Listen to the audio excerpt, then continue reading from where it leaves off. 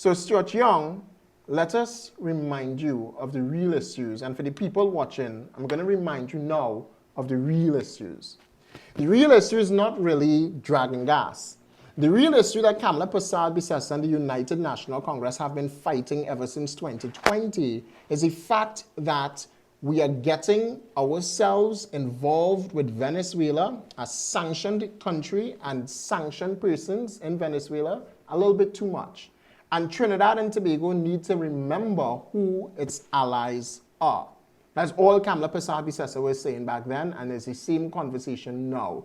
Kamala Persad-Bissessar is the only leader in the Caribbean right now that is significantly recognizing the U.S. administration and simply agreeing with the U.S. troops here in the Caribbean sees to deal with, not deal with dragging gas, but to deal with guns and drugs and human trafficking. Let's not mix up the both of them.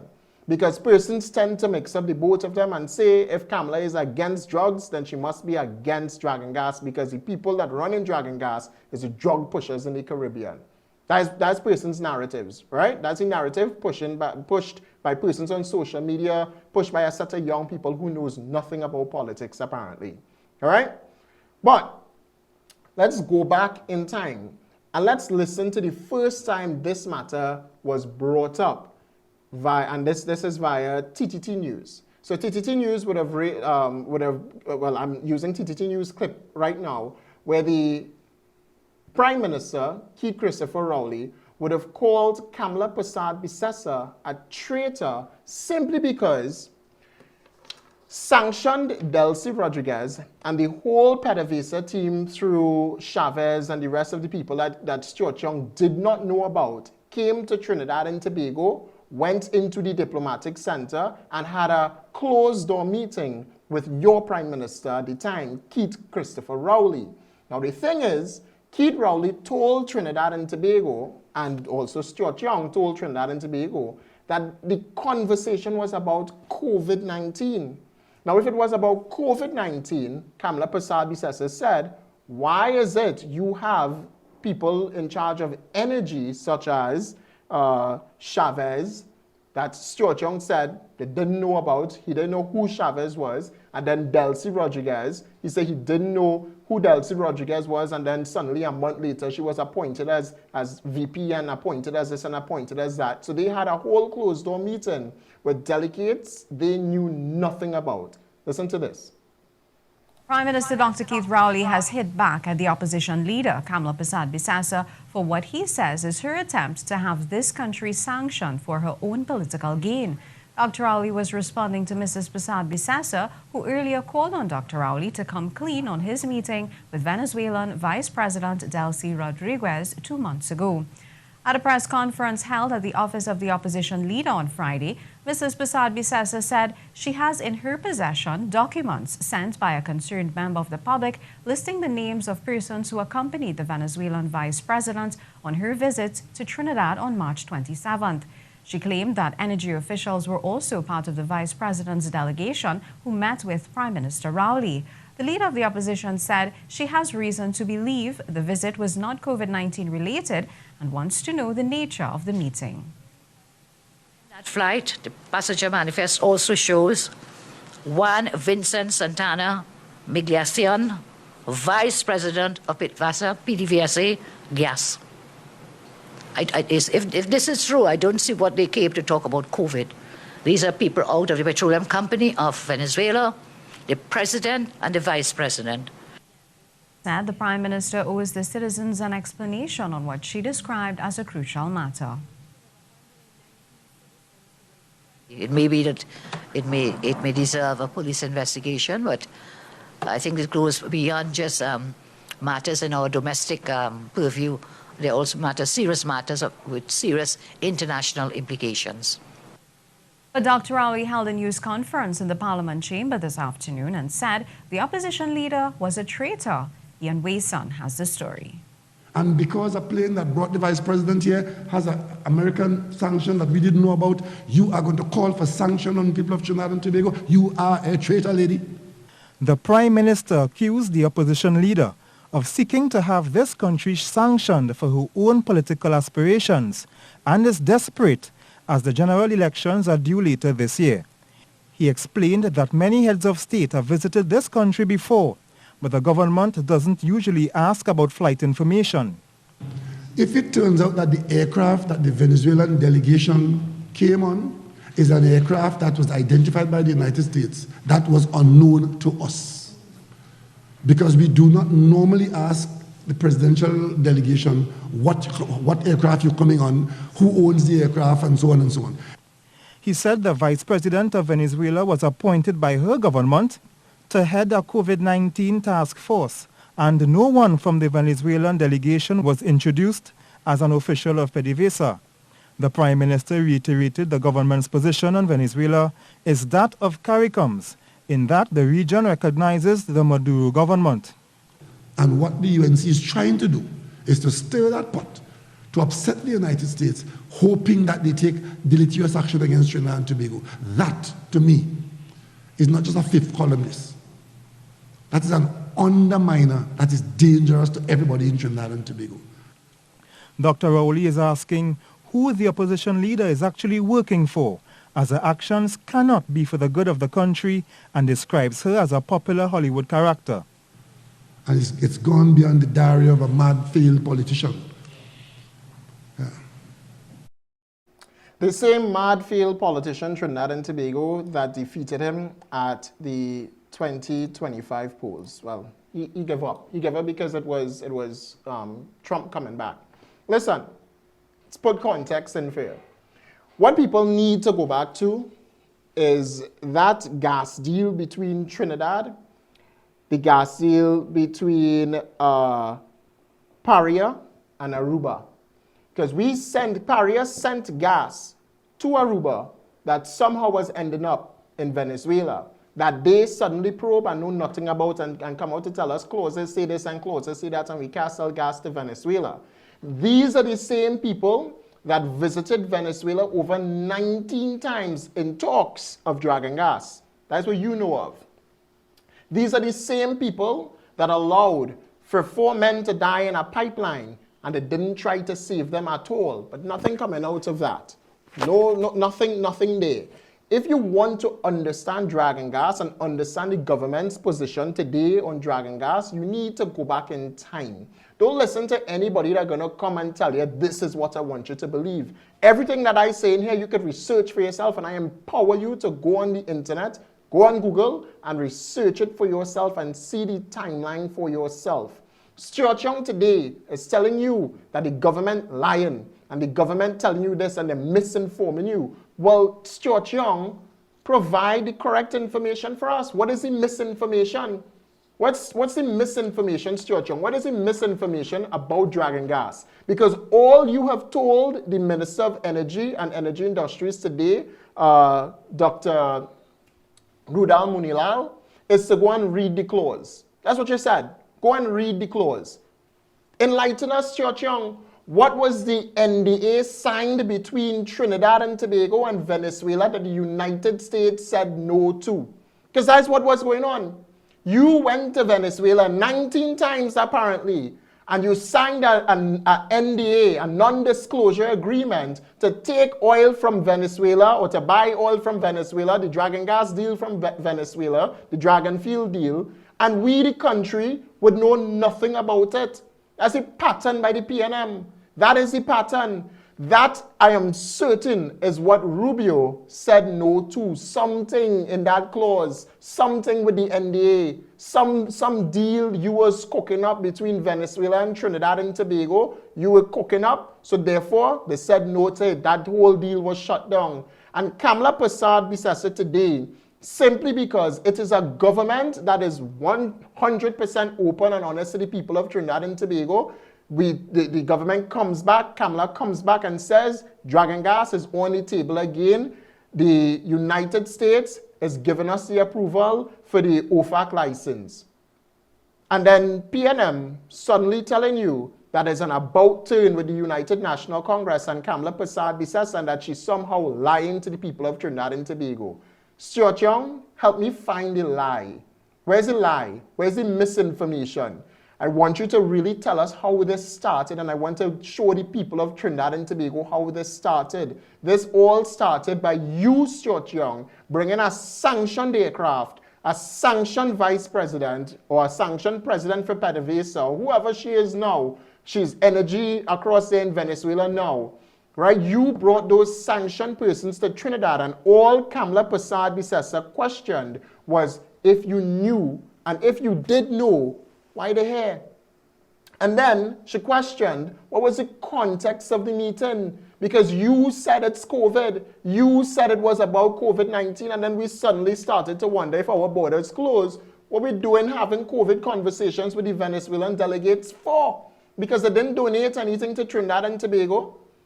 It had nothing going on. We opened our borders for Venezuelans. In fact, it's still open. It was never closed. While it was closed to every other citizen, it was never closed to the Venezuelans. But I want to remind you, Trinidad and Tobago, that this is a government that didn't know. So while the Prime Minister back then, Keith Christopher Rowley, was saying one thing and talking about Kamla and elections coming up, and she's a traitor to Trinidad and Tobago. She's the only prime minister today or opposition leader back then that showed a real concern for people by taking salary cuts. Keith Christopher Rowley in Parliament say he don't want to entertain the conversation with salary cuts simply because he gave 50% of his salary to his constituents, what, on a one-off occasion? That's what he did. A one-off occasion, he gave 50% of his salary to. But I want to take you to Stuart Young, and I want you to pay attention to Stuart Young, because Stuart Young language changed. Stuart Young language changed. Back then, Stuart Young didn't know. He didn't know anything. He didn't know Delcy Rodriguez. He didn't know Chavez. They didn't know what type of aircraft come into Trinidad and Tobago. They didn't know who's the people they were meeting with. They didn't know the context of the conversation. They send the people, according to Stuart Young and according to former Prime Minister Rowley, they send the people in some back room in diplomatic center, some housing bay in diplomatic center, and they don't know who the people is. You remember Kamla Persad-Bissessar raising this just before elections? And she didn't even campaign on a Venezuelan elections. Kamla Persad-Bissessar campaigned on building a dome for Trinidad, which is what got her to lose the election. And then the banana conversation with black people. That's what made Kamla lose the election, not Delcy Rodriguez. But Delcy Rodriguez, as soon as Kamla Persad-Bissessar spoke about Delcy Rodriguez back then in 2020, that man, the Rottweiler, the dragon, the raging bull, stand up and he started to get on like what the former Prime Minister, Patrick Manning, deemed him to be, a raging bull. And if you oppose my good friend, that is what he becomes. And that is what this government, according to Patrick Manning, was not prepared for. And it is still what Trinidad and Tobago is not prepared for. But he put his very thoughts and ambition into Stuart Young, because Stuart Young come today talking about Keith Rowley and the former Prime Minister. But I want you to take in Stuart Young, because his tongue changed. Stuart Young was telling us that he didn't know. But now today, he knows. Take a listen. There seems to be a continued proliferation of misinformation and misleading commentary taking place with respect to the visit of the Venezuelan Executive Vice President, Ms. Delcy Rodriguez, on the 27th of March of this year. As you've heard the Prime Minister, the Honorable Prime Minister, say, Trinidad and Tobago's position, as is CARICOM's position, is guided by the UN Charter. So at this stage, the UN Secretary General has advised from very early o'clock that the United Nations recognizes the Maduro government. We have no horse in the race. So in our continued recognition, in accordance with our obligations to the United Nations, a request was made in the first week of March by the Executive Vice President, Ms. Delcy Rodriguez, to come to Trinidad to speak to the Prime Minister. Ms. Rodriguez was appointed, I believe, on the 26th or 27th of February as the lead coordinator for the COVID response in Venezuela. Everything that happens in Venezuela has an effect on Trinidad and Tobago. Pause there. Pause there for one quick second. So I want to make sure that you following what I following now, because this will tell you about today, and I will give you more information about today and show you that the PNM is only in this for themselves and to safeguard themselves. So at the he just said there that Delcy Rodriguez was the COVID coordinator for Venezuela, leading to the fact that all of these people, all of these energy people come to talk to Trinidad and Tobago about COVID-19. I know how that's working out. When I get sick, I go in to call, who's these people deal with dogs, boy? Because, I go call a dog sitter. When I get sick, take me by a dog sitter. Don't take me to the hospital. Take me to a dog sitter. But listen to this man. Continue listening to him. We're 7 miles off of the coast. Ms. Rodriguez came. There was no question or no asking of, well, what are you coming to discuss with us? The Prime Minister returned to Trinidad and Tobago on the 10th of March. I had a conversation with him thereafter. There was a plan for Ms. Rodriguez to come in, I believe, on the 16th of March. She then contacted me on that weekend to say she had developed a bit of a flu. In those circumstances, I asked Ms. Rodriguez to delay her trip to make sure that I protected Trinidad and Tobago and for us to ensure it was not anything related to the COVID virus. Thank you so much, Stuart Young. We really felt protected back then during COVID-19. Thank you so much. So yeah, tell Delcy, hey, don't come to Trinidad if you have some illnesses. All right, come later on. But you left the citizens locked out of Trinidad. Oh, that is protecting us. Continue. He gets into the point though, right? He was drawing out the conversation to try and bore you, so therefore you're going to miss the most important thing that he said in this press conference back in 2020. Listen to it. Same narrative today, same structure today. Listen. Authorization was given at the ministerial level. When I give authorization, I do not drill down into the type of plane, who owns the plane, nor do I ask to say who is the manifest, especially when it's a foreign government making the request. And I will give you other examples. The United States, who we continue to have an extremely good relationship with and who at National Security I work with on a weekly basis, made a request just a couple weeks ago for 2 military planes to land in Trinidad, to leave Trinidad, to come back to Trinidad. I just gave the approval because it is the United States government asking. I do not know. Let me just go ahead and speed this up. Who came on those flights? But what the condition is that they couldn't disembark. They picked up personnel in Ghana, they picked up personnel in Trinidad, they left. I don't know what type of planes came in, who came in on the planes, etc. The same requests have been made by other governments who asked for repatriation of their citizens. The same request was made because they're running an energy sector that is the lifeblood of revenue for Trinidad and Tobago. So in working with the other upstream companies, the energy companies, as you all are aware, there was one weekend when 5 charter flights came in. I don't ask who is on the charter flight. Is it a Gulfstream? Is it a King Lear? What type of plane it is? Who owns the plane? But that information is provided. The public service processes that information. So the same thing applied. There have been many visits by the Venezuelan government over the past few years, way before even the sanctions came into place. At no time have I ever asked what plane it is, which plane you're coming in on. So just to understand the minister there a little bit, because he now started to talk the real talk about the sanctions. So you know Venezuela had sanctions. But a plane coming into Trinidad carrying Venezuelan delegates, and you wouldn't dare to ask, what plane? You wouldn't dare to ask that. Venezuela sanctioned. Let me break it down for Trinidadians that need to understand this matter, right? Venezuela sanctioned. Venezuelan officials or delegates reached out to say they're coming to Trinidad and Tobago to meet with Prime Minister Rowley to talk COVID, according to them. All right? You know the sanction, but you wouldn't ask them what type of plane and who coming. And you're telling me that you're listening to this opposition today, the PNM. You're listening to the same people that lied to you, blatantly lied to you during 2020 for COVID-19. Let's continue, because we get into the meat now.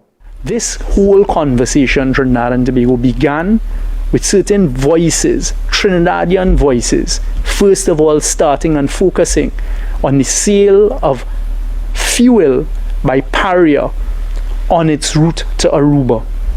That is how this conversation began. So those who were not in the know started a conversation. Did Trinidad and Tobago, through Paria, sell fuel to Aruba that ended up somewhere else? We have investigated this. And I'm happy to say that the contract was a very clear contract with that sale of fuel to Aruba, which has happened in the past, because Paria supplies fuel throughout the region, including to Aruba. There is an important condition and clause that was in that contract, and that condition and clause by Paria in the sale of fuel to Aruba, or for transmission to Aruba, had an important clause that said that that fuel is not for any sanctioned country. It is not for Iran, it is not for South Korea, it's not for Venezuela. So that is how Paria protected Trinidad and Tobago. That's interesting, Trinidad and Tobago. That's interesting, simply because there was a headline, all right? I want to get the headline for you and read the headline verbatim, actually. But there was a headline that was released by Express newspaper, and the headline read, let me get it.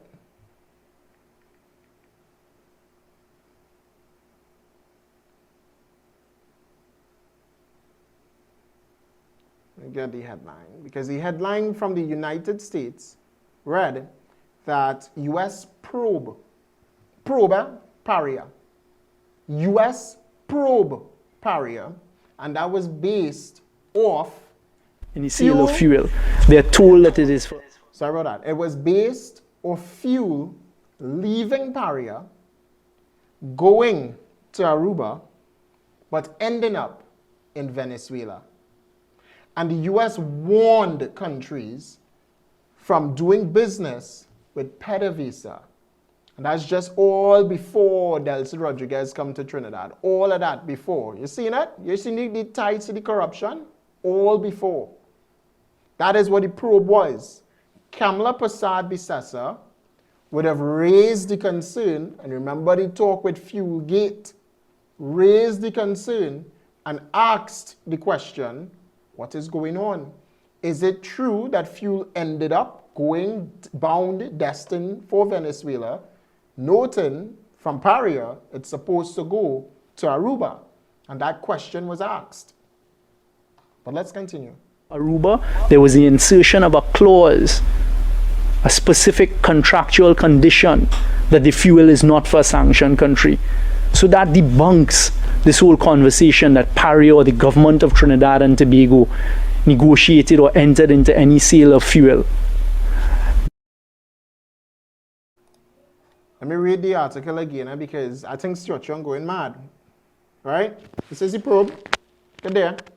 U.S. probes Trinidad and Tobago fuel shipment linked to Venezuela. All right, Stuarty? This is what Stuart Young is talking about.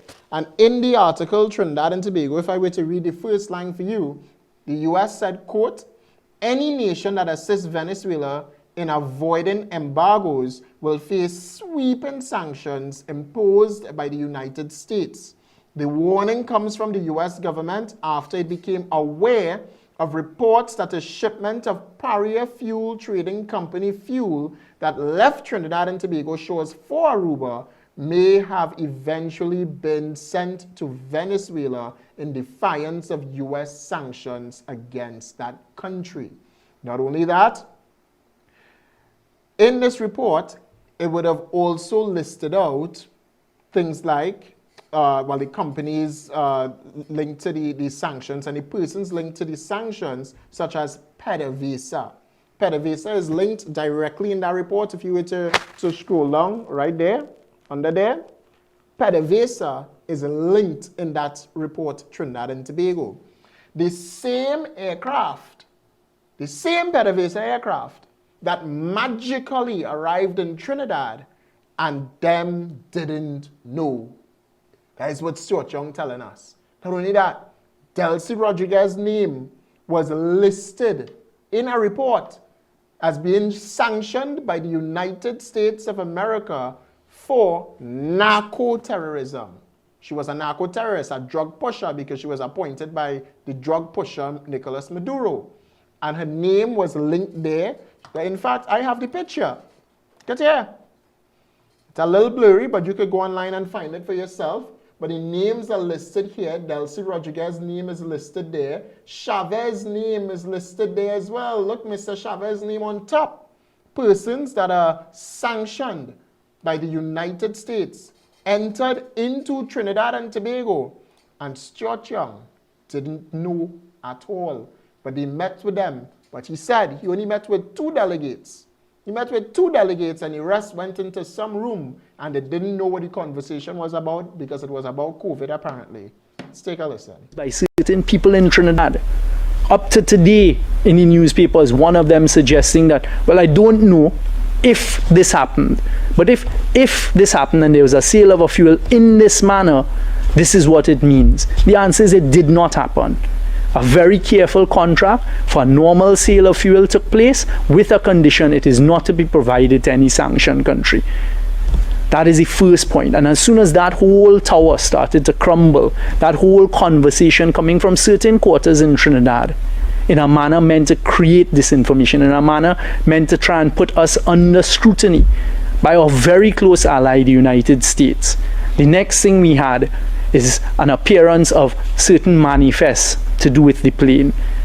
As I've stated very clearly, as the Minister of National Security, with a request made, I authorized the Executive Vice President of Venezuela to come for a meeting with the Honorable Prime Minister. Up to Friday, when I heard the leader of the opposition, I did not know what type of plane they came on, who it is, etc. I've also heard it suggested that it is not true that we did not know who this delegation was. Exactly how it unfolded, people of Trinidad and Tobago, is at that stage there was COVID, so we were very cautious. The persons who could come into the room to meet with the Prime Minister was limited. We only met 2 people, the we being the Prime Minister, Minister of Foreign Affairs, Minister Moses, and myself. That was the extent of the Trinidadian delegation. The extent of the Venezuelan delegation that we met with was the Executive Vice President, Ms. Rodriguez, and a Mr. Chavez. Mr. Chavez was not introduced to us as any vice president or president of PDVSA. In fact, at the time, we've subsequently found out he was on a commission for the restructuring of PDVSA. That meeting took place on the 27th of March. It is only on the 28th of April, a month and a day later, the same Mr. Chavez was made the president of PDVSA. So once again, you have people trying to mislead the population. Just imagine that. I want to appoint somebody to work for me and take them to President's house or Prime Minister's house. Who want to go? And then you go become the host of the show. Because that is how deals are made, that is how things are done apparently. You don't know who the person is, but the next month they are made president. Imagine that. How you well went up the ladder quick, boy. You become president quick. And nobody knows. Following that story there, Trinidad and Tobago, Guardian Media, according to the article, would have reached out to the Minister of Energy and Energy Industries, God rest his soul, Franklin Can, the Prime Minister, Key Christopher Rowley, and also the Minister of National Security, Stuart Young. Get the thing? They had some questions for all of them, for the whole, that was the COVID Avengers team, right? They had a question for them. The question was, number 1, has Trinidad and Tobago facilitated a shipment of fuel to Aruba? Question number 2, was the discussion during the visit with Venezuelan Vice President now, Delcy Rodriguez, last month? Was the head of PDVSA there at the meeting? Is this country facilitating fuel shipments to Venezuela? And all of these questions, Trinidad and Tobago, were seen by Stuart Young, but it wasn't answered at all. Guardian Media also sent the following questions to Prime Minister Key Christopher Rowley. Is there something that was arranged during the Delcy Rodriguez visit with you last month?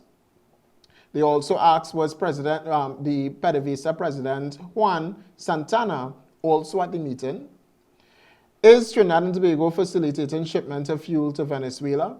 And the article reads as follows. He also did not respond to those questions, and calls to his mobile phone went unanswered.